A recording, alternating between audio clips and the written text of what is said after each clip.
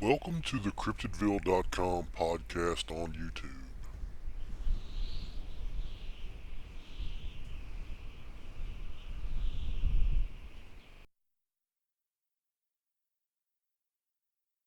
Welcome to this episode of Cryptidville.com podcast on YouTube. Thank you for taking time to listen, and hopefully you will be able to learn some interesting things and get some new ideas to think about. My guest is independent field researcher Kurt Moser. Thank you, Kurt, for joining us on this episode. My pleasure, Mark. Glad to be here. It's been long overdue, and hopefully we can share some good information with everybody and get your insight, gain a little bit of knowledge from your experience. Okay. So with that, there may be people out there who aren't real familiar with you. If you don't mind, could you give us a brief bio? Okay. I grew up in Caddo County, Oklahoma, and hunted and fished there till I left. I teach school now in Amarillo, Texas, and been up here in the Texas Panhandle and western Oklahoma most of my life, I guess. But my research areas, I still go back to Caddo County probably 90% of the time to do my research. Part of the time up here in the Texas Panhandle, and so I've got a nice place up here north of Amarillo that I go to that I've seen some sign and heard some vocals and things like that. But I'd like to branch out more. I've been to New Mexico a couple of times, and Oklahoma is my primary area of research. And I don't get to go back as often as I'd like, but when I do, I try to make the most of it. Most definitely. So, what is it that got you started in looking into the mystery of Bigfoot? Well, I was probably 12, 13 years old, and I saw a magazine in a grocery store. It was called Argosy Magazine, and it happened to have Patty of the Patterson Gimlin film, a picture of Patty on there, and a little story about how that went about. And that really piqued my interest, of I guess the cryptid type world. Although I was just a pretty impressionable kid back then, and I really got interested in that. And sent a letter to a group that was called the North American Wildlife Research up in Washington, and they sent me a letter back and said if there was any sightings in my area, just to let them know, and they'll see about investigating those type things. Hunting and fishing there in Oklahoma, I'd always got those feelings of being watched. Just that weird feeling, that something's watching you while you were fishing or hunting or whatever. And then, one night about 11:30 at night, I was studying with my first wife, who's my girlfriend at that time, and I was driving back home about 11:30 at night, and I saw a dark shape on the side of the highway. And as I got closer, it looked like a gorilla, and it was squatted in the ditch with its back to the headlights and its head. It was like covering its head up. And I drove on past. I thought, what did I just see? I said, it looked like a gorilla. So I turned around and went back, and it was gone. The dark shape was gone.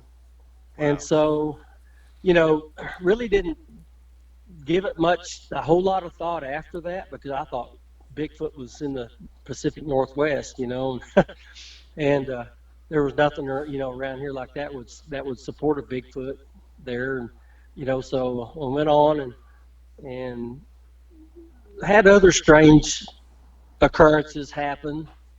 And of course, you're never thinking Bigfoot down here or down in that part of the country, So then in 2002, it was over a Christmas break, and I was on the internet, and I Googled Bigfoot and come up with all these sites. And I think the first one I got on was the GCBRO, and it came up with these state by state sightings list. So I clicked on Oklahoma and came up to a county by county sightings list, and I clicked on Caddo County, and there was a few reports on there. And I thought, oh my gosh! So it seemed like I got on another one, the not GCBRO, BFRO. Got onto that one, and same thing. And so I had called my dad and I said, Dad, you're not going to believe what's these reports, that are going on down here and stuff like that. I said, you grew up there. Did you ever see or hear anything that sounded strange to you out in the woods? Of course, he didn't think of anything at first. So a couple of days later, he called me back and he goes, you're not going to believe what's in the newspaper. And I said, what's that? And he goes, there's an article about Bigfoot sightings down here in this part of the country. And I said, really? So they saved me the article, and I knew who the interviewer was. So I got a hold of her. I knew her from my ex-wife and growing up down there. I knew her. So got a hold of her, and we talked about it for a while and stuff like that. And she gave me a number of a couple of Bigfoot researchers down there. And so I got with them and started going out with them. And it's changed my life to where it got to be where that's all I would think about was Bigfoot, researching Bigfoot. And so since 2002 up to the present day, that's pretty much my hobby. That's pretty much it. So, with that, that brings us into the next question, which would be, what is the objective of your research? Very, very interesting account, by the way, of your first sighting on the side of the road there. Well, I want number one to know 100% that they do exist. And what I'm seeing is what we're all wanting to see, or have seen. I just want to make 100% in my mind that this is what they are. And also, I just want to understand, you know, why they're still here. If they're here, if they're the, part of the missing link, or if they've survived over time, what's making them still survive. I'd like to be able to study their mannerisms, just kind of like, anybody that would study a deer or elk or a bear, their mannerisms. I'd like to do the same thing with a Bigfoot, Sasquatch, whatever you want to call them, in that area down there. What's making them survive? What do they eat? Where do they stay? That type of thing. Well, the interesting thing about it is, it's my understanding. I've never been to Oklahoma, but it's my understanding that the western region of Oklahoma is mainly flat land with ravines and river bottoms. Is that the case in those areas? Yeah, there's eastern Oklahoma's a lot of forest. I'd say from I-35 west to the Texas line, it is. You've got your wooded areas for sure, but you also have some open plains areas too. The ravines are almost triple canopy. I mean, where you see a ravine, it's going to be tree lined, tree covered, perfect protection for a Bigfoot. All of the creeks and rivers have water running through them. I don't think I've ever seen a dry creek yet. You'll have some runoff areas and that kind of thing, but I would say most of them are full of water. For a Bigfoot to survive, you got your trees, those ravines and things like that. They can stay totally secluded when they want to. And like they say, they own the night. So when they travel at night, it doesn't matter if you're in the forest or on the plains, they're going to be concealed, but through darkness anyway. But to me, it's perfect habitat for one. And especially with the wide open spaces, they can see you coming before you'll ever see them. So it's I think it's a great location for them. I think some pass through. I think some stay in those areas, especially where I grew up. I don't think there's a reason for anyone for a Bigfoot to migrate to another area for food or water when it's all right there for them. So, I guess the next question would be, what would be the strangest thing that you've ever encountered while you've been out researching? Well, a couple of things, and they just happened within the past year. Last October, I was out at one of our probably my favorite place of all to go, and I was there with a buddy, and we had parked where I'd always parked for years and years. Now some of it has changed because the county had came along and pushed the tree line back to do some work around this bridge. Back in the day, back from 2002, and I was there up till 2012, I guess. I mean, the trees came right up to the road. You just barely had a place to park on the side, and it was just creepy as it could be down there. And at that time, it still is. But last October we were there, and I'd parked where I'd always parked in the past. They pushed this tree line back, and where the tree line used to be, it's all like 7-foot tall Johnson grass. And between the road where I was parked and the woods, it's all Johnson grass. And we were there, and of course we're hearing the owls, and we're hearing the coyotes going nuts, and more owls and things like that. And I was telling my buddy, I said, those owls, I said, are they warning us that something's approaching, or are they warning a Sasquatch that we are there? And we it just kind of gave us a little topic to talk about while we were there, And so a little bit later, and we'd heard some things. We heard something come running down through the ditch, and then all of a sudden a splash into the water. We didn't get a chance to take a look at it, what it was. We went over to the water's edge and couldn't see anything. So my buddy, he's got his flashlight, and he's looking around. He goes, "Hey, I think I found a trackway." And we went over and looked, and you could see 4 prints: a right foot, a left foot, another right foot, and a left foot print. And then it went into the Johnson grass a little further. And he stepped it off. We stepped it off, and we were seeing 48-inch separation between the tracks. And we thought, my gosh, maybe this is where they're crossing, or maybe some have already crossed. And then we were hearing some movement on the north side of the road, and it wasn't just subtle movement; it was loud movement. Real large snaps and things of that nature in a couple of different places around there. And so we were kind of looking back over to on the south side of the road, and we hear this long gunshot. I mean, it was a lone gunshot, no, not multiple, but just one. We thought, well, that was odd. Somebody's out hunting hogs, But the gunshot sounded like it was like a mile away, and it just echoed through the bottom. And we thought, if they're shooting hogs, maybe they'd shoot more than once, We get to thinking that, And a few minutes later, we started hearing this step, snap, crackle, and it was like multiple, like it was coming out of the tree line at us, but it was like several. We could hear several different movements like that, and it was this crunch and crunch, crunch, crunch, and like that. And it kept getting closer and closer, and I said, "Do you think it's about time we got out of here?" Because we didn't know what was going on. But what happened was, it approached us, and then methodically started pacing horizontally to our position. It wasn't coming at us anymore, but you could hear 3 different pacing movements, one to the right, kind of one in the center, and one to the left of us, and they never crossed each other's path. It's like they paced towards each other, turn around, and pace back. But we couldn't see a thing.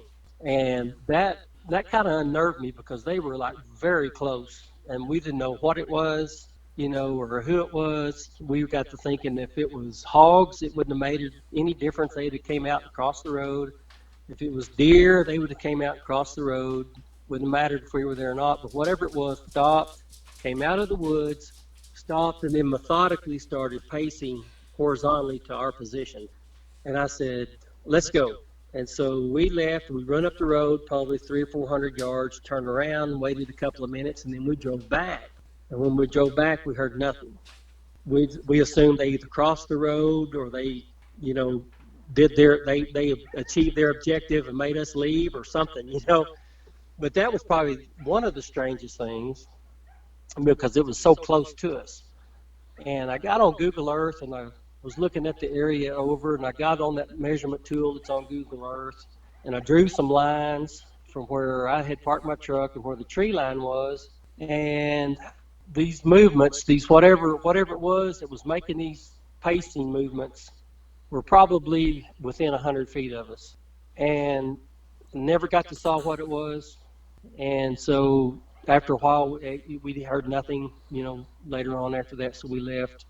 Then again, late March of 2019, we went back, and the minute we got there, we got out of the truck, And my buddy goes, boy, this doesn't seem right down here. And I said, I know. I said, something's not right down here. I mean, we immediately felt this. We felt it in the air. We felt, I mean, just almost like dread. And my buddy's he's never scared. He's never nervous because he grew up around Bigfoot in his yard when he was a kid and all around the woods. And he knows their movements. He knows what they sound like. He was nervous. He was paranoid. And he says, I think we ought to go. And you never hear that from him. But he said, let's go. And we were about to get in my truck, and he turned around. He goes, what the heck? And he turned around and he said, I swore somebody was behind us. Wow. And we got in the truck and we sat there. And I said, do you think that something's watching us and it's not a Bigfoot? And he goes, yeah, I think something's not right. He goes, yeah. He says, it's not a Bigfoot. Something else is here. And so we were on location 20 minutes and we left. And it was at 8:45 when we left there. It's back to town. It's 12 miles. And as we were leaving out of town, we were still kind of talking about this, and we weren't feeling right. Our bodies were like out of sync and stuff like that. And he goes, Kurt, look at the time. And we looked at the time, and we had lost an hour of time between the time we left at 8:45, left that location, got into town, and was driving out of town. An hour had disappeared. And so we got out to a new location that we wanted to try, and we stopped, and we got out. And we noticed that in the northeast sky that there was a square of light. Well, we saw the square of light at the first location before we left. We saw this square. It was a square of light, and it was like different strips of different pale colors, like purple and a magenta, real light colors like this. And we got to thinking, well, somebody, shooting a hologram up there, or a spotlight or something, but we could never see a beam off the spotlight. So we noticed that at the location. Well, once we got past town and out to this new location that we went to, we noticed that light up there. And we did some Bigfoot calls and listened for a little bit. And we heard movement kind of to our 5 o'clock position behind us. And so we diverted our attention over there, and I happened to look up into the southeast sky, and there was 3 more of these squares of light in the southeast. I said, look up there. I said, this is just like this one up here in the northeast. And so we were watching them, and we were kind of looking around and stuff, heard more movement in the same position, 5 o'clock position from us.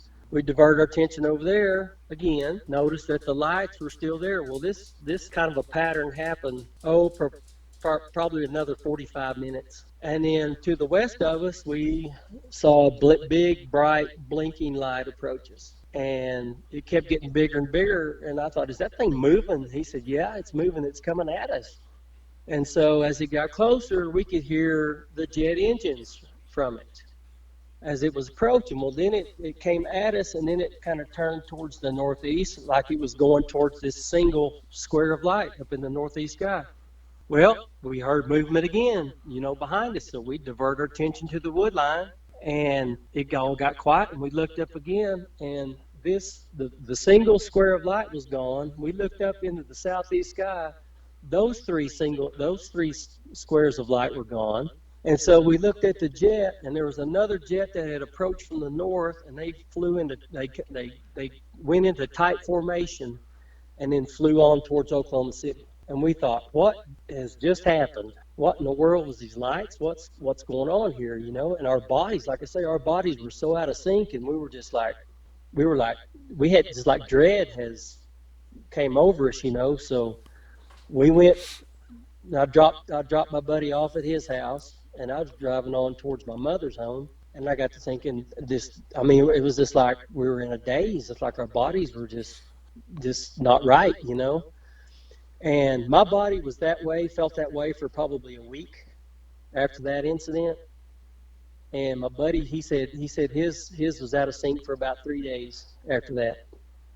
And that was probably two of the strangest incidents that I've had, as far as out Bigfooting, that something like that would happen, I've seen growing up, I've seen a lot of strange lights and stuff. I grew up near Fort Sill, and I knew what helicopters were. I knew the sound of jets, and I knew their lights. And me being a private pilot, I know what the positions, right, and green lights are on an airplane, strobe lights and things of that nature. But and I've seen strange lights that were not helicopters or jets or airplanes. But this was probably the strangest incident that I've had by far. Yeah, it is definitely a very interesting incident. And I guess probably my first question would be, do you think that there's correlation between Bigfoot activity and UFO activity? What are your thoughts on that? Well, I don't know. I don't have enough research to. I can just give my novice opinion on it. I don't have enough research to say it is or it isn't. There is a Correct. story. There's a story down there that was told by a Native American lady growing up that they saw a UFO, and this UFO had stopped, and a beam of light shone down from the UFO to the ground, and then on the ground you could see small Bigfoots leaving this beam of light and just scattering into the woods. That was her story. Of course, I'm not going to say she's full of BS or whatever like that. I mean, it's one of Correct. those stories you want to check out more. Everybody's story that they say I want to check out more. On the story, and maybe ask some of my own questions. But as far as UFOs and Bigfoot, it just seems a little out there for me. Correct. I don't think they are related. I really don't. That's just my opinion, though, and it's a novice opinion on it because it's something that I'd like to research into more. Well, I just wanted to ask that because, through the years, you and I have been doing this for a long time. And through the years, I've always heard people talk about a correlation between the two. And not really seen a whole lot to corroborate that. And like I Right. said, I just wanted to get your opinion on it. Yeah, that's me. Just that one story. I've never been out there and seen any phenomenon, like what she described when she was a kid. I've never seen that. So I really, just in my opinion, I don't think the two are related in any way. But I'd like to say it. I'd like to research more into it and Correct. see that maybe there is. Well, that's the interesting thing about it. There's enough strangeness going on in the world that it often leads us in the direction that, in order to find out the truth, we have to, dig more into it. And with that, Exactly. say again. That's right. Yeah, you're right. Totally right. And with that, I want to ask, what's your opinion? And we all know we hear these stories and all these different things. But what is your opinion on the Dog Man? Well, I've always heard about it, and of course, when we went to LBL, what was that? March of 2017, I think it was. Yeah, I think it was 2017 to 2018 was Yeah. was when we were there. And seeing, and when Kumbo took us to that one trailer park there where the family were killed, and the trauma, I guess, or whatever happened there, described by Tim and the ones that investigated that, it's like, what would do something like that? Something very, very sinister and mean would have to do something like that. Now I can't think of anything except the Dog Man. Um, I've seen videos, where I think there's one video of a dog man supposed to approaching a car on its all fours and stuff, and it's traveling at such a fast pace. I don't think it could be hoaxed. Whatever this guy was filming, I don't think it'd be ever be hoaxed. And there's been, people that claim they have pictures of what they think is a dog man. There's one that was out there lately that the guy thought it was a dog man. Well, come to find out, well, I saw it as being just a tree. They saw down a tree, and it just made the branches made it look like a head and ears, pointed ears, of a wolf or something like that. But I could clearly see that it was a sawed off, cut down tree or whatever. But Yeah. but I mean, out there, I picture Dogman being, of course, being from Oklahoma, out there in western Oklahoma, there's a man out there that has multiple encounters with Dogman.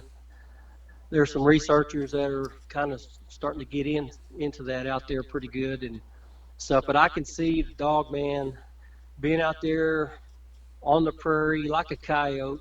I could see that. I could see them staying in the ravines, these triple and double canopy ravines, and coming out and feeding at night and stuff. A friend of mine uh, saw one on the side of the road in western Oklahoma, and it bothered him for a long time. It got to the point where he felt, I could tell when I was talking to him, he was very, very nervous about talking about it. So that kind of told me, yeah, he saw something. And so he thought, this activity that started around his home, he thought maybe it followed him home. And because he'd had very strange activity at his house that's pretty unexplainable, and things of this nature. But that's another thing I'd like to get into and research more of. I would hate to meet one.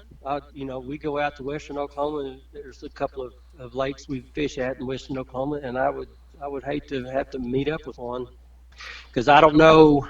You hear Bigfoot. To me, a Bigfoot would rather run you off than attack you, and I see the opposite in a dog man. I think the dog man's out there to feed, and I don't think it would matter if it was a human or a horse or whatever, some animal. I think that dog man's out there to feed, and I just hope I never meet one. I can say from firsthand experience that seeing one is not for the faint of heart. Um, definitely a interesting experience because you're seeing something that is not supposed to exist. So I can understand why you would have that view. Right. So I guess probably the next thing I wanted to ask would be what would be the best advice that you would like to give to a new researcher or someone that's interested in the subject of cryptids before they, actually undertake, going out and doing any kind of investigation? What would be your advice to them? Research. Look at a lot of reports first. Do a little bit of research first. Get on, talk, with Tim. Tim has gotten on and talked about, people going out there and really not knowing what they're doing, and it could be a very dangerous situation on them. But if they're out there, I would say debunk everything. Don't think everything you hear out there is a Bigfoot, because a field mouse can make a heck of a noise on a dried leaf, Oh yeah, and yeah, so I would say debunk everything to where nothing's left but human that would do whatever you're encountering. Only a human or a Bigfoot would be doing it. Just debunk everything. Make sure it's not a deer. Make sure it's not a bear wherever you're at. Something hog. Wild hogs are everywhere now. So just make sure that you're debunking. Make sure that if you're taking a picture and all you see is a green background of forest and you see a dark shape, don't say it's a Bigfoot, because it's probably just a shade, and I'm going to say 90% of everything out there is not a Bigfoot. It's just the pareidolia, or correct. the matrix scene or something like that. Because I can look at a picture and see a million faces made by leaves and shadows, and so that's got to be debunked. Just make sure that you're not going out there alone, especially at night, because you don't know what's going to happen. Listening to and reading the missing 411 cases and things like that kind of makes you think twice, even if you're a hunter with a rifle going out there. It just kind of makes you think twice about going out there by yourself, especially. So maybe take a couple of friends with you, and that's probably the only advice that I could give them. Just be sure you watch what you're doing, and maybe get some information, like from you and Kumbo and a few others that's been out there, and you beat the bushes. You're out in the woods all the time. You've got the experience. you know, maybe they need to check with people like that, like you guys, and that could give them a whole lot of advice as far as safety is concerned and that type of thing. Well, don't exclude yourself. I mean, you've been doing this for a long time yourself, and I'm sure that you have information that you could share with somebody that's interested in the subject that might be beneficial to them. Well, I know my limits. I know my parameters. You know, Oh yeah, and you know. that's a good thing to establish too, because the big misconception is, and I've actually experienced this where I've seen a researcher that thought that they were going to go out and go run down a Bigfoot and pet him like a puppy dog and call it a done day, Yeah, but it does not go like that, yeah. and you know Well, I was with a researcher one night. There was several of us, and he was watching a particular part of this tree line that we were parked by, and he kept watching. He was watching it and watching. All of a sudden, he stood up and he bluff charged the tree line. I'm going. My first thought was he gonna get us all killed. you know, wow. and, you know who the researcher was, but I had a name that popped into my mind. I'm not. I started to say it, but I'm not going to. no, but I mean, thank goodness, but that's what happened. But I think whatever's in the tree line called his bluff first, and didn't flinch. But but yeah, just don't go and do something stupid. If you hear, I mean, if you see it, I wouldn't want to. Not too sure I would want to go bluff charge one because that may send them a negative signal. Yeah, that's And why that's why I try to share good information with people when they reach out to me, because there's a lot of information out there that's potentially hazardous. I mean, yes, you don't know what different things mean to these things, and you could be issuing a challenge or whatever. So exactly. You bet. Yeah, and it's funny that where we go in Caddo County, I promise you, you don't have to go out in the woods. They'll come to you if they're in the area. They're going to come check you out. But I mean, but once they see you, they're not going to get any closer to you. But I mean, we very seldom that we ever got out and beat the bushes. I mean, you park alongside the road just practically anywhere, and you're going to get some kind of activity if they're around. And we have before, especially we have beat the bushes, but it's been where we've had access to tribal ground, and yeah, we would go out, into the woods, in some of those, private areas like that. But most of the time, by experience, since 2002, it's been what 17 years, going on 18 years now. That, uh, especially down there where I research, most of the time, I don't have to get off the road. Park at a bridge, and you'll get some action if they're around. and You know. I think that's a big misconception out there, is that a lot of people think that you have to go deep into the woods, and that's just not the case. No. You can go deep into the woods, but for whatever reason, these things are curious about humans, and they have a tendency to hang around human habitation. Hmm. And I'm sure that you've had, or have information about, instances like that down there in Oklahoma. You got anything that comes to mind that you want to share? Well, of course, just one particular town. I mean, they will come up into people's backyards because the river comes up pretty close to this one subdivision, and well, the river just it meanders all over the place down there. But I mean, they love dumpster diving, and there's a restaurant outside of town that they love, and the workers there don't like going out taking trash out like after midnight, 1:30 in the morning. they don't like taking the trash out because these things are dumpster diving at that time. And the reason why I feel like I know that is one night, it's about 12:30 at night, and we had stopped, and the restaurant was still open, and I was going to go in, and my daughter had just phoned me, and so I stopped outside by the door, and I was talking to her. Well, here comes the worker. He comes out with a bag of trash, and I thought, I want to watch him, see what he does, and he goes up. He doesn't go up to the dumpster. He gets the dumpster. There's kind of a median, Mm-hmm. and then you have the a streetway, that would accommodate, you know, two cars, approaching each other, whatever. Then the dumpsters. And so he gets up on that medium and he starts swinging that bag of trash around. Then he lets it fly, and I mean, it landed right in that dumpster.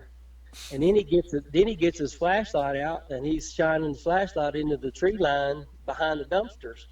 Hmm. And I thought, yep, they sure enough, they come up there and try to get into those dumpsters for food, scraps, whatever. So they I think they'll approach the edge of town, especially where the dumpsters are. And of course, this particular town I'm talking about, rivers very close. There are creeks are very close by. Of course, a lot of woods, a lot of open areas too. But their movements are concealed. If they're approaching town, they'll wait till dark and go dumpster diving. And there was a report one time where they ripped the lid off a dumpster and it was carrying it back to the river. I'm sure it was going to make a shelter out of it. I'm sure, Wow. but just stories like that just come and go. I mean, they're just. I mean, if you would line up all the people that had an experience down there in that part of the country, it'd be a year before you could hear all the stories Wow. if they That's a if they would come forth. But that's that's a so lot that's of. why, yeah, that's why I got interested in it, and it's just not one particular area. There's a gosh, I've got 200 places to go down there and I've had activity at every one of them, and so it's just sometimes I'll go down there and get my buddy, and where you want to go tonight? Sometimes we'll just stay around close to his house, and walk around and stuff like that because they're right there. And so sometimes we'll go to the west side of the county. Sometimes we'll go to the east side. Sometimes we'll go to the south side. Just depends. But I've left a recorder out before, and in this one area it's always been an eerie area. Even growing up, it was just very strange, eerie, and it was the site of a Indian massacre.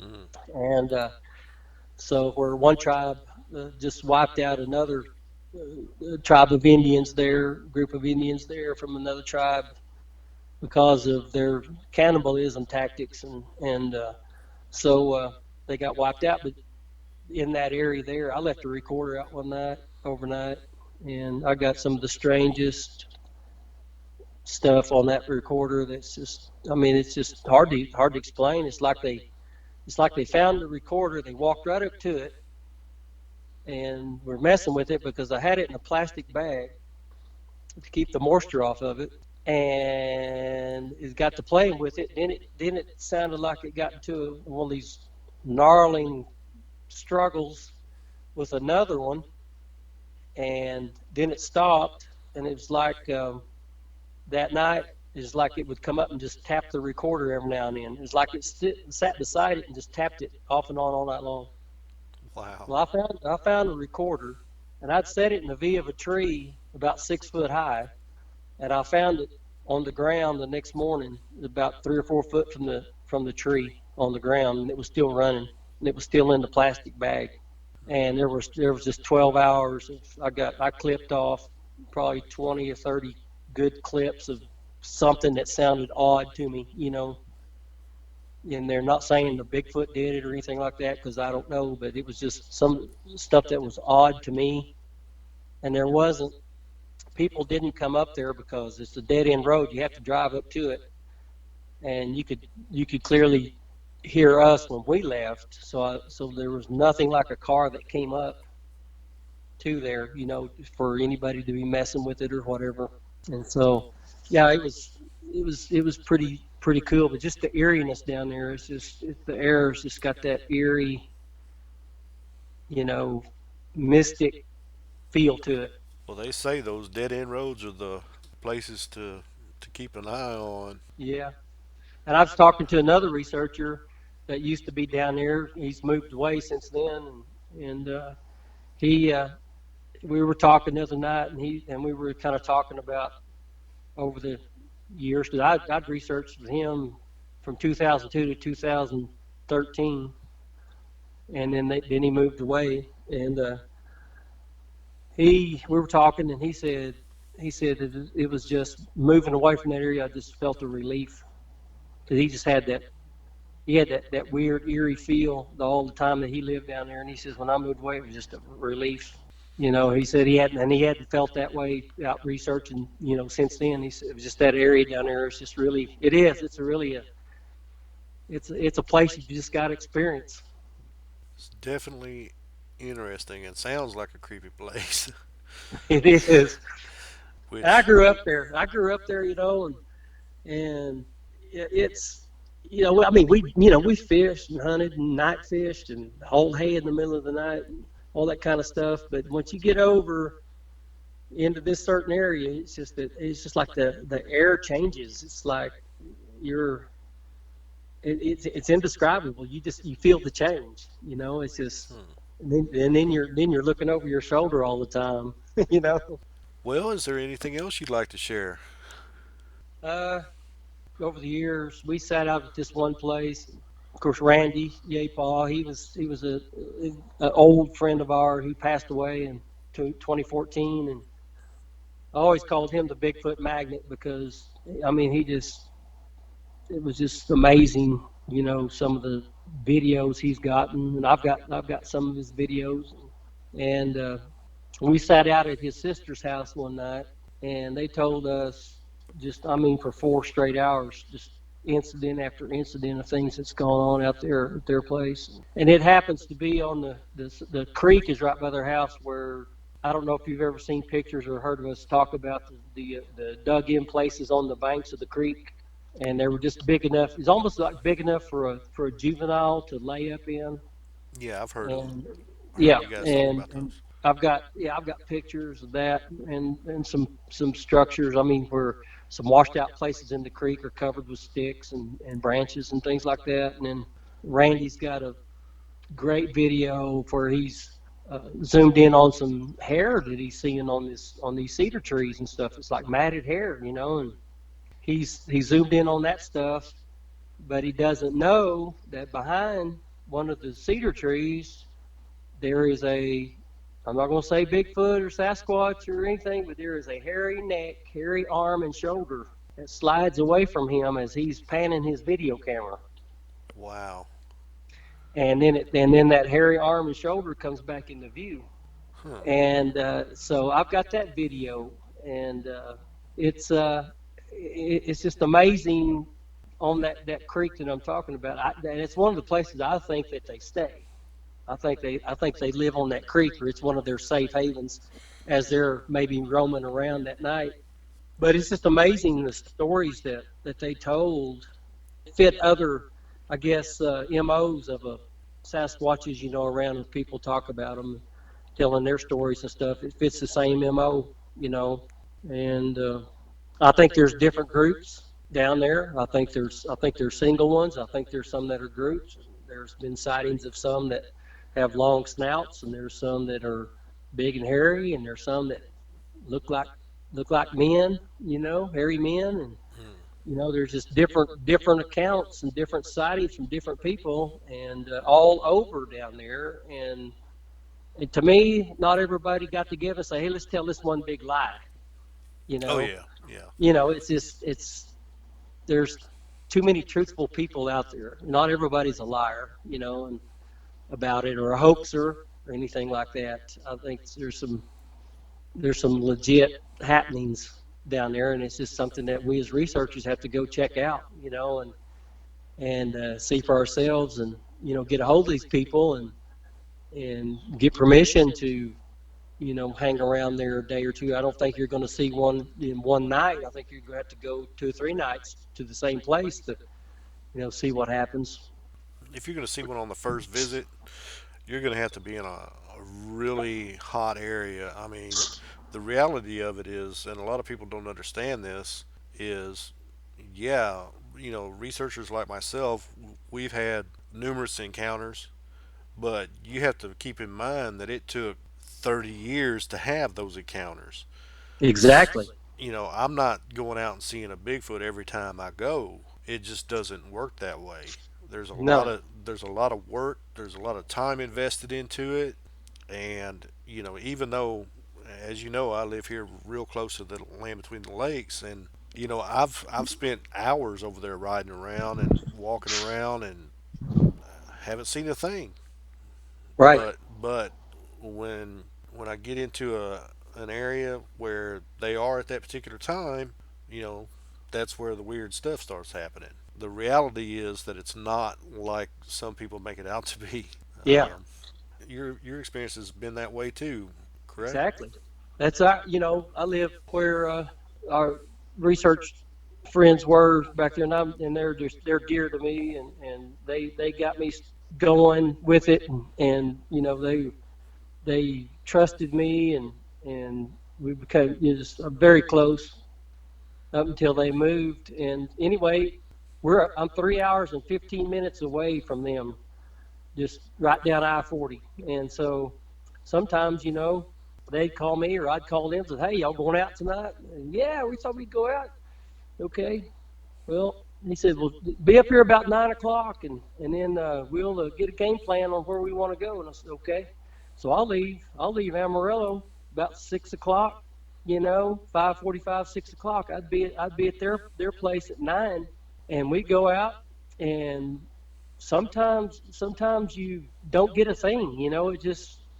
It just doesn't happen every time. And there's a lot of people that every time they go out, they seem to get something up close and personal every time. And I've been doing this since 2002, and it doesn't work that way. And I'll go over there sometimes and drive 3 hours over there and have nothing happen, drive back home.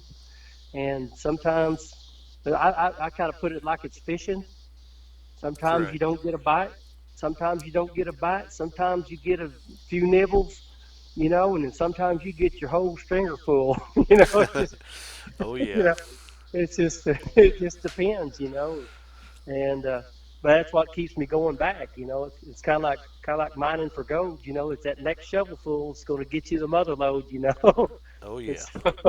so you never know till you go back. But it's just got in my blood, and you know it's I just keep wanting to do more and more all the time. I want to, I've got some people in Mississippi that are very in Louisiana down there. They're wanting me to come down there and stuff. But I did. Now you talking about not seeing one. I saw that one on the side of the highway. Well, that was in 1975. Wow. I saw my second one in April of 2018. So it's been that span of that right there.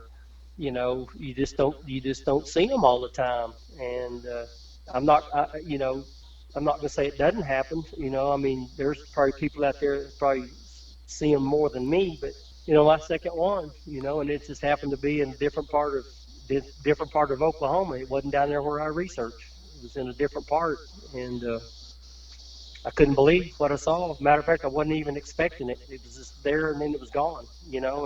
And Well, well, what happened so with that? If you don't mind sharing. well, we were down there. It was an outing, that Kumbo gotten together, and so it had been an ice storm that night before, and we were going to go back over into my area, kind of south of my area. But we thought, well, let's hang around closer to the campsite here. Maybe we can find out something. So we did. We just started driving, and we got down to a place, and there was like there was four vehicles of us, and I was the last vehicle. And so I was just in Coombo, and the guy he had in the car, then they had stopped at this T intersection, and this guy was shining his flashlight around some trees into the tree line to his right, and we were just kind of waiting on them. And I was just looking past Coombo's vehicle into the tree line in front of him, and what looked like, I thought I was looking at a wall of grass. And all of a sudden, the top half of this grass darted. It fell down below the bottom half of this grass, and then it just left a dark hole in the tree line. This was at night, and just left that dark hole there. And I thought, well, did I just see what I thought I saw? you know and then we drove on around the curve. After that, Coombo gets out of his truck and he puts his FLIR up. And as he did, a Bigfoot walks out about 30 foot in front of him, walks out of the tree line and crosses the road in front of him and goes into a different set of woods on the other side of the road. And then he goes, "That gummit," he said, "I didn't hit record," because it caught him by surprise. And so a little bit later, here comes the hog, comes out of that wood. So we were thinking we were about to witness a hog kill, an actual hog kill. I mean, we were going to see one up close and personal, but it never happened. And so, but anyway, that was the second time that I'd seen what I felt was a Bigfoot, and it was just like there, and it just disappeared below the bottom half of that grass, and it just left that dark hole in the night right there in the woods. And because something was there that was covering that hole, and then it disappeared and the hole appeared. So it was there and then gone. But yeah, it's just it's researchers just keep doing what you're doing. And some people say I haven't seen one yet, but just keep on. Eventually you will. What's your next plans as far as what do you think is? Let me ask you a question. What do you think is next to actually solve this? I mean, you've seen them. You've seen them. You've seen Dogman, but there's some old Joe out there is gonna say baloney. They're just those type of people. What's next? We have footprints. We've got casts. We have limb structures. We've got vocals. I mean, what's next in your opinion? Well, in my opinion, I would say that probably, you know, there's the camp that says that in order to prove it, you have to have, a body on a slab in order to be able to examine it to determine what it is, and DNA classify it and all that good stuff. To the scientific community, yeah, that kind of thing would be necessary, but to the regular person, I've always been a strong proponent of don't listen to what people tell you so much as, whether or not these things are real.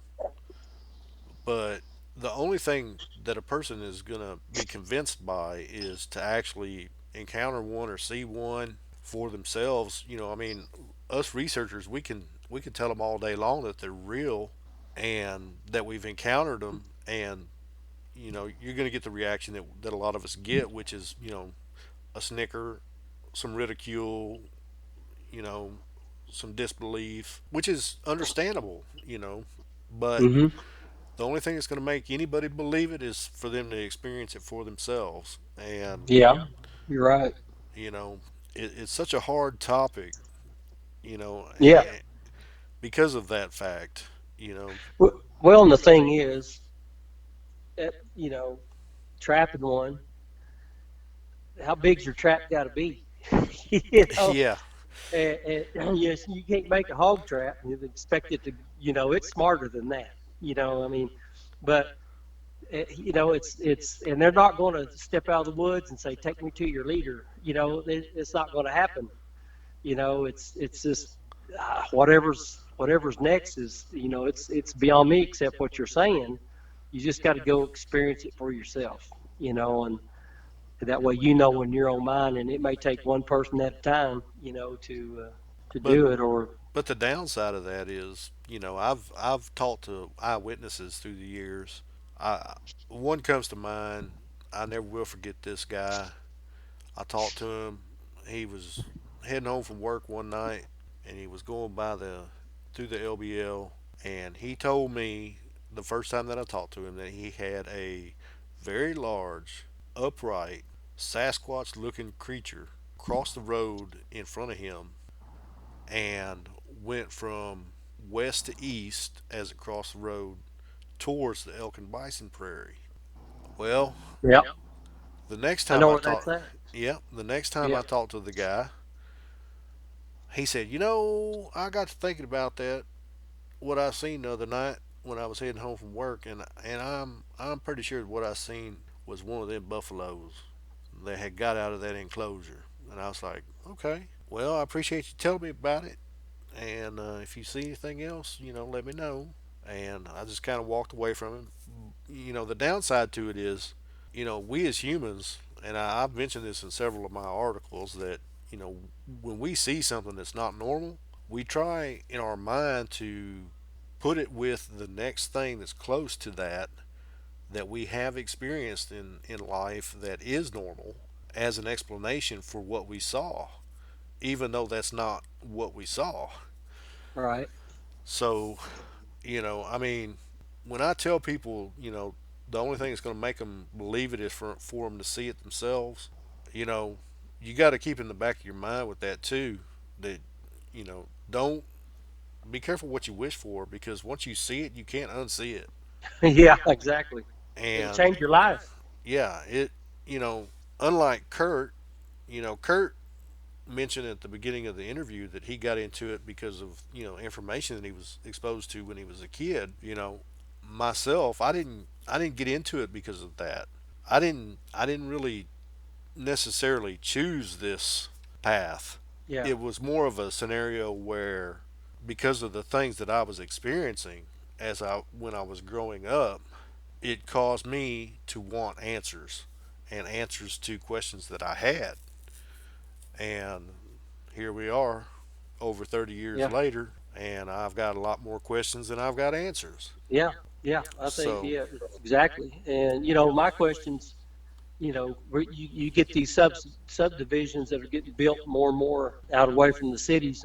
Is that pushing a Bigfoot? Where's it pushing that Bigfoot to? Is that why there getting to be maybe some more sightings? Where are they going? Where they stay? There's different rules of thought, I guess, or ways of thinking on where they stay. I had one Native American guy tell me a couple of years ago that these real low creeks or these deep creeks, that have these canopies over them and stuff like that. There's actually in the pools of water, maybe down in there, that there's an underground cave, and they get in and out of that cave by diving in the water and coming up, and then they're in basically into the bank of the creek as their safe haven. And he said that's why they give off this musky, stinky zoo smell all the time, is because they're dirty, nasty, and got that water, dirty water over on them all the time. And so, that was his thinking. I mean, just different people have different thoughts, and the Native Americans down there, I listen to them very intently because they're the ones that are the eyewitnesses, and they have they're, had the most history with them. exactly, exactly. And different tribes have different, I guess, thoughts on them or whatever. One tribe thinks they're cannibals. One tribe says they'll steal kids. Other tribes say they're docile. Some tribes say they're very aggressive. It just depends on their, how they, I guess, how it was passed down to them, over time. And, when we were up there at LBL, and they had the big storytelling thing going on and bonfire and whatnot. You were kind of you were leaned up against a tree, and I think I came up there and was talking to you and stuff like that. And he goes, "I'm listening to a Bigfoot over here by that car over there. It's watching them at the bonfire." Well, actually, when we were standing there, I was watching one. He was down at the end of the campground, and he was standing by the oak tree down there. And Yeah, I sat there. This joker, his eyes were as big around as a driveway reflector, and his eye sign was red, but it wasn't like real bright. It was kind of like I could see him as he turned his head. He kept looking at us, and he would look like towards one of the campsites, and he stood there for the longest time. And I think you and Travis Day were the ones that I had mentioned to that it was down there, Uh-huh. and it just we just kind of went with the flow. Yeah.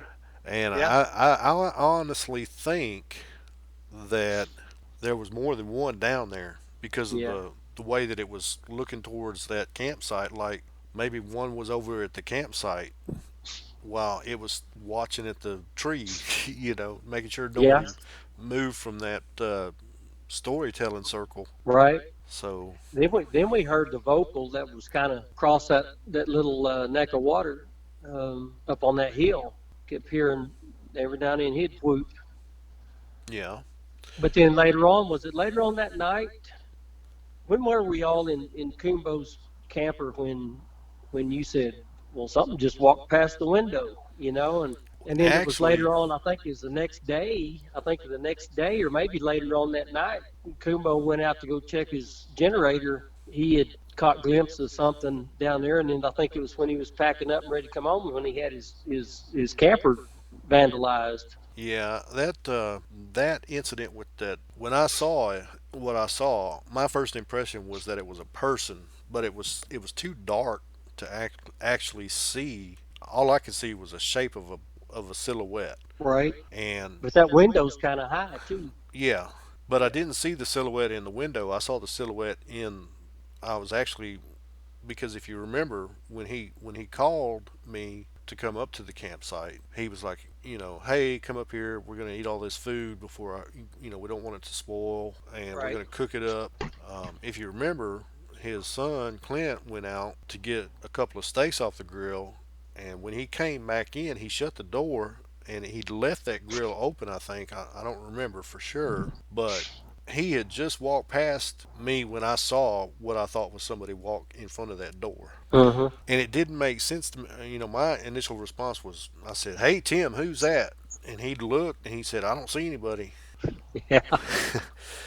So my thinking on it was, the likelihood that it was somebody messing around somebody's campsite where there were actually people in it is Yeah. really, really low. And, the direction that the thing was traveling, it was traveling from the door of the camper towards the back of the camper, towards that ravine. Right. That didn't make sense. And the only thing that I can think of that makes any kind of sense was that it was maybe trying to snag one of them steaks off that grill. Yeah. Or it was checking the grill to see if there was a steak left on there. Right. Yeah, because you could smell Yeah. it. So, I don't know. I can't say beyond a shadow of a doubt that it was a Bigfoot because it wasn't like overly huge. But the odds that it was a person are lower than the odds that it was a Bigfoot. Yeah. Right. And that's, of course, Tim had his generator down that hill or down that ravine, Yeah. and he got up. He got up to go check, make sure it still had gas and it was still running and stuff like that. I think he put more gas in it. I think the top. I think the top of the gas, the gas cap was off Yeah, it of it. seems I remember hearing that the gas cap was off. When I talked to him the other day, he was telling me he was like, man, anything could have happened to me when I was down there. Yeah. And Well, I'll tell nobody. you what, my that well, let's see, we were there in March, and it's June. Me and my wife, I told my wife, I said, you got to go see this place, this LBL. We stopped, and where the cabin I stayed in, we went back up there that stayed in that cabin, and I drove her up there to that campsite. Well, it totally changed its complexion. When the trees has got leaves all over them, it's really changed the whole complexion. And I drove up there where Tim had his camper that day, and there was a guy that had been there, had his tent set up there. He looked like he had one rough night. he, I didn't talk to him or anything like that, but he did. He looked ragged, boy. He looked like he didn't sleep at all. Wow. But I didn't. But the leaves on the trees has totally changed everything about that campground. Well, actually, it was about 2 weeks ago. I drove down in there. I wanted to see, what it looked like. I had actually taken a day off in the middle of the week, and I went down there and went into that campground, and there was a guy camped down there, and we got to talking, and he pretty much told me that there was something, down there that he related that he had seen a coyote, that he knew that that coyote was across that little bay right there, but Yeah. it would come around and pilfer for food in some of the old campsites, looking for food and stuff.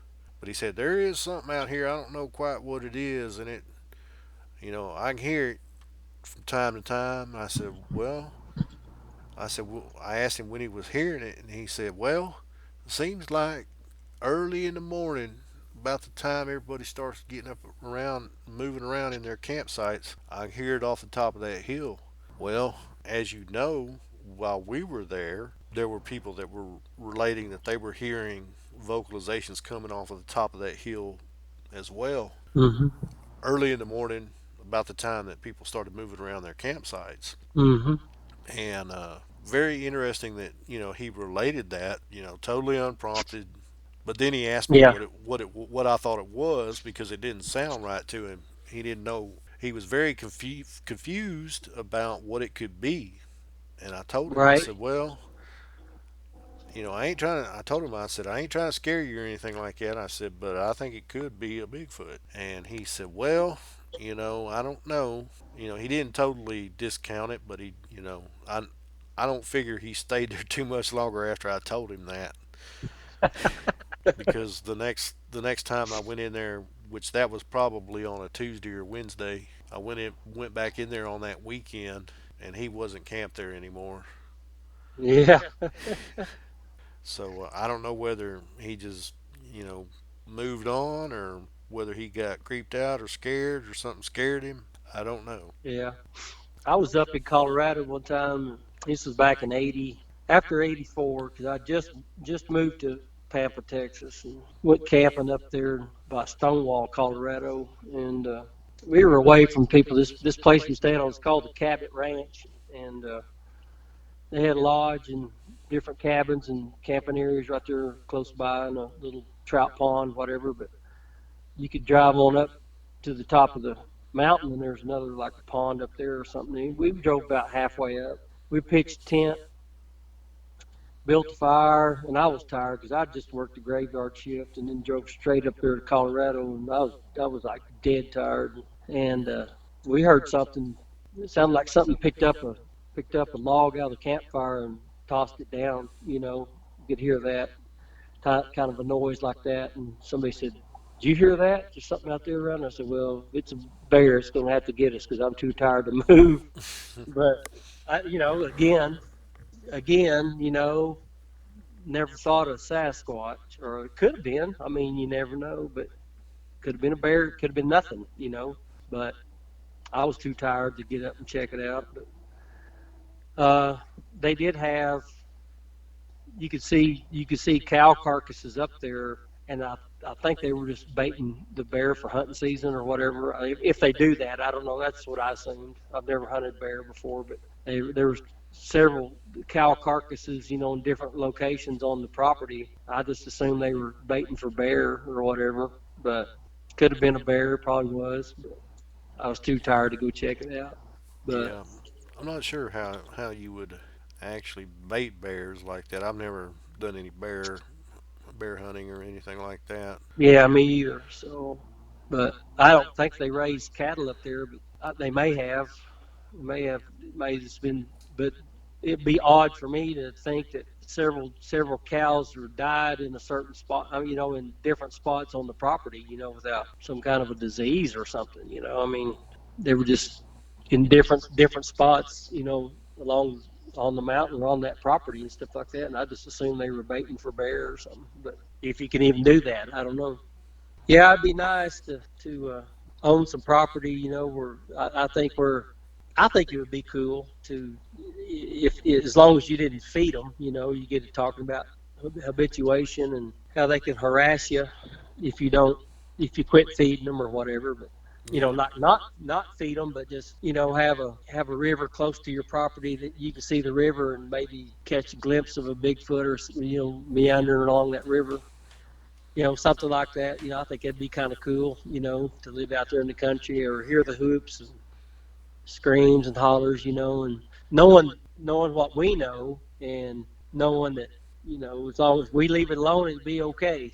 You know, that kind of a thing. But that dog man, you know, I just don't think I want to mess with one or even know there's one in the area and me live out in the country and, you know, and you hear something going on out in the corral or something, you go out there at night and meet up with one of them things. You know, I just don't want to do that. You know, Yeah, I think any sane person would want to feel the same way. I'd hope. You know, well, you know, I'm glad to say that the sightings that I've had have always they you know, contrary to what's been put out, you know, I've only had 3 encounters, and they've all been at a not a huge distance, but at a peaceful distance, right? and you know, close enough where I could tell what I was looking at. But yeah, I would hate to run right up on one. That is for sure. Yeah, I think it's, you know, and or back one into a corner. You know, and not knowing that you did it.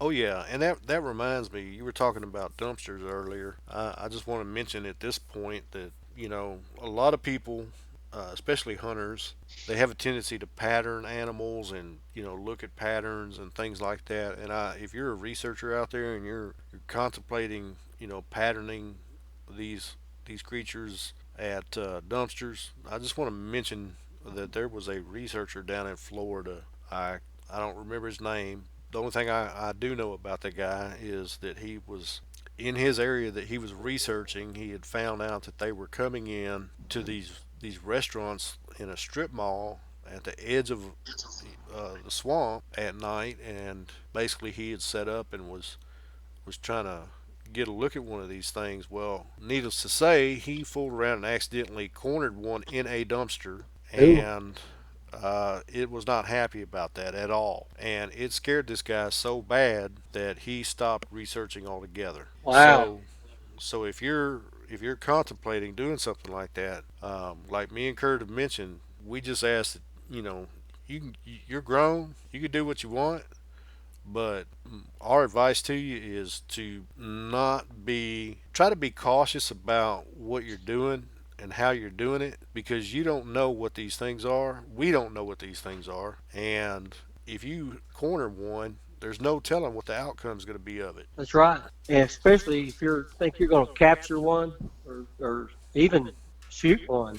You know, I mean, you know, I think there was a story up there somewhere in northern Oklahoma where deer hunter was up in his tree stand and it was during muzzle loading season and he heard all this growling and stuff going on and tearing the heck out of trees and stuff and this Bigfoot come out in the open. It was looking at him and he wasn't for sure. He was scared, so the first thing he thought about doing was shooting this thing. So he did, and he shot. And he said, "I think I got it in the shoulder because I could see hair kind of fly off of him." And he charged that deer stand and was trying to get up that. He was pulling on that ladder, trying to get up in that tree stand. And this guy took his muzzle loader. Of course, it was empty because it's a one shot, and he was trying to hit that Bigfoot, and he said that thing took that gun out of his hand and bent that gun and tossed it aside. And he said the only thing that guy, he said, to do is go up further up into that tree. So he did, and he got up there. He called game warden, and I guess this thing left. But the game warden had to get him down out of that tree, and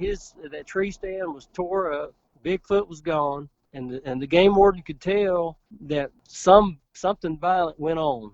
And this guy was scared to death, and he said that all I can do is take an official report. And he gathered up the tree stand and the muzzle loader, and that was never seen again. So you don't know. I mean, if you try to shoot one, I don't think you're going to knock it down. You know, I mean, I think you're going to make it mad. It's going to come after you, and you're sure not going to be able to lasso one. You're not going to rope one. So just my advice is just, you know, I'd say keep your distance, you know.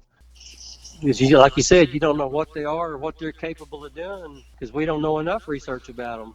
As far as their psyche, their what's their trigger, what makes them become violent.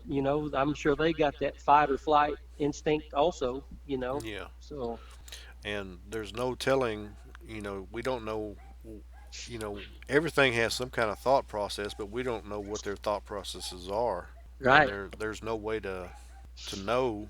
You know what we look at is things that might get us irritated or might not be irritating to us could be something that would set them off. Hmm. So it's better to observe, be quiet, and don't be confrontational. I mean, granted, some scenarios might not be that way, but that would be how I would do it. Yeah, yeah. And I've, like as far as my research area, that I go up here north of Amarillo. I've been up there numerous times in the daytime, being the only person out there. But I won't go out there at night by myself. And it's just I just don't think it's very smart, to do that. But it probably wasn't smart because you're down on that Canadian River Valley, and anything can happen. When you're out there in those vast areas like that. And if anything, not a Bigfoot getting you, but you could break an ankle, or slip on rocks and break an ankle, and then how you gonna get out of there now. Yeah, yeah, So it's just smart to take somebody with you, especially to a place if you don't know that much about it. I had a researcher one time. She was kind of new at it at the time. But she go, "What do you think is a good number of people to go on a, like on an outing or go out, and stuff like that?" And I said, "I think it's about 4 people in one vehicle, because if you take a convoy out there, Bigfoot, it might raise a Bigfoot's attention, but with a convoy and a bunch of noise and stuff like that, they're not. I don't think they're going to approach you. I don't think you're going to get them to approach. And I, with one vehicle and 4 people, you're out there. You're just acting like old boys out there, just shooting the bull, having fun, stuff like that. I think you'll get them to come up there closer to see what you're doing. I think they may even play with you. As far as tossing something at you just to see what you do, so they scare you off or whatever. yeah. But anyway, that's my opinion. It's I've had more luck with one vehicle and 3 or 4 people than there were several cars, several people. So that's just the way I see it. But Well, we've covered a whole lot of ground. Anything else you want to cover? no, I think that's it for tonight. I hope that gave a little insight on my part of it. As far as what got me into it, what keeps me going. Oh yeah, Into it even up here. I'll still, of course, I have family back there in Caddo County, and of course, not going back there and seeing them, but that's just where I want to be. As far as Bigfoot hunting, I think that's just the place that I want to be. But I just keep going back, and hopefully someday, I'll just gain a little bit more knowledge on it, talking to other people. I love hearing other people's stories, from get-togethers and stuff like that. And what's happened to them and how it's affected them and what they do. But I feel like I've learned from the best over the years, and the people that I've met, and I've learned a lot of things and tried their techniques, and they've been tried and proven, that and it works for me too. And just I can't thank the people that got me. I call them my mentors, like you and Jim and a few others, and that I just I just can't be I can't thank them enough for them helping me out, getting in this and staying with it. And, it's a non-profit organization, that's for sure. yeah. and, but Spe- it's a hobby, and it's a passion now, and it's in my blood, and I don't get to go back as often as I'd like, but I do what I can, and I try to make the most of it when I do go back. I just hope it's been good information that we've shared tonight. oh yeah, most definitely. And I just want to thank you, Kurt, for coming on, and just want to thank you for joining us, and Hopefully, we can have you back in the future to talk more about your research. And just want to thank everybody for tuning in. And if you'd like the interview, go ahead, click the like, subscribe, and feel free to share, comment. And until next time, this is the Cryptidville.com podcast on YouTube. Have a great evening, and we'll talk with you soon.